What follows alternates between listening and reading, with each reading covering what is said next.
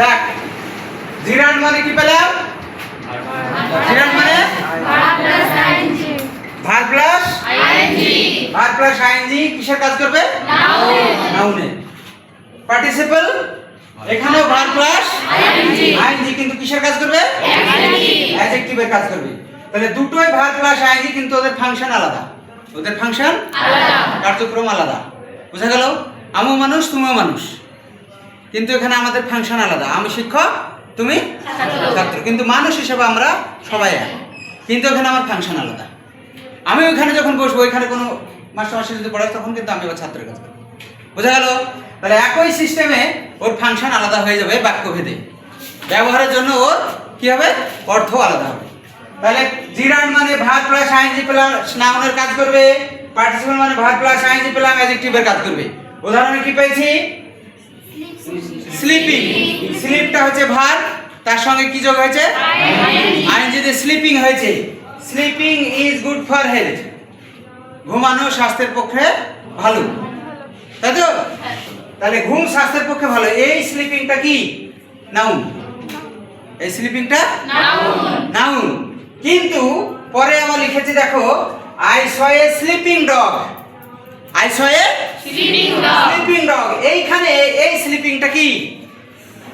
অ্যাডজেক্টিভের কাজ করছে, পার্টিসিপল। এ অ্যাডজেক্টিভের কাজ করছে, তাই পার্টিসিপল। কিভাবে বুঝবো অ্যাডজেক্টিভ? আমরা অ্যাডজেক্টিভ মানে কি জানি? নাউন প্রোনাউন দশ গুণ বোঝাবে। দেখো পরে একটা ডগ আছে, ডগটা নাউন। কুকুরটার অবস্থা বোঝাচ্ছি। স্লিপিং ডগ মানে ঘুমন্ত কুকুর। স্লিপিং ডগ মানে ঘুমন্ত কুকুর। তাহলে স্লিপিং ডগ এটা হলো কি? স্লিপিংটা এখানে কি? অ্যাডজেক্টিভ, আর এই স্লিপিংটা নাউন। তাহলে এই প্রথম স্লিপিং হলো জিরান্ড, আর পরে স্লিপিং পার্টিসিপল। বোঝা গেল? ক্লিয়ার? ক্লিয়ার? আরো একবার। তাহলে এখানে আমরা বাক্যের সিম্পল কমপ্লেক্স করতে গিয়ে দুটো পেয়েছি ভার্ব। একটা হচ্ছে ফাইনাইট ভার্ব, একটা হচ্ছে নন ফাইনাইট ভার্ব। ফাইনাইট ভার্বের কাজ কি? বাক্যের অর্থ সম্পূর্ণ করা। বাক্যের অর্থ সম্পূর্ণ করা। কোনো বাক্যে যদি ফাইনাইট ভার্ব না থাকে, কোনো বাক্যে যদি ফাইনাইট ভার্ব না থাকে, সেই বাক্যের অর্থ সম্পূর্ণ হবে না। সেই বাক্যের অর্থ সম্পূর্ণ হবে না। কিন্তু নন ফাইনাইট ভার্বের কাজ কি? ফাইনাইট ভার্ব থাকবে, সেই বাক্যে তাদেরকে যুক্ত করে অর্থের সংযোজন ঘটানো। অর্থের সংযোজন ঘটানো। তাই আমাদের নন ফাইনাইট ভার্ব দরকার। বোঝা গেল? কিন্তু নন ফাইনাইট ভার্ব থাকলে, আর যদি একটা ফাইনাইট ভার্ব থাকে, বাদ বাকি ভার্ব যদি সব নন ফাইনাইট হয়ে যায়, সেটা হচ্ছে সিম্পল সেন্টেন্স। সেটা সিম্পল সেন্টেন্স। বোঝা গেল?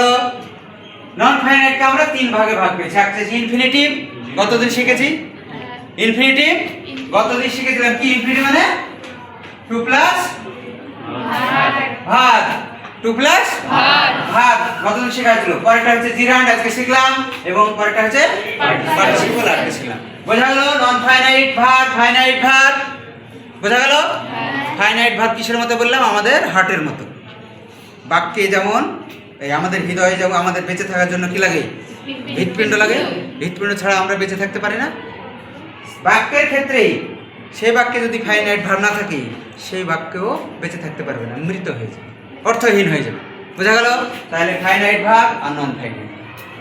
নন ফাইনাইট তিন প্রকার: ইনফিনিটিভ, জিরান্ড, পার্টিসিপল। বোঝা গেল? একটু ক্লিয়ার করতে হবে। এইটা বোঝা গেলে মোটামুটি সিম্পল, কমপ্লেক্স আর কম্পাউন্ড আলাদা করা যাবে। বোঝা গেছে?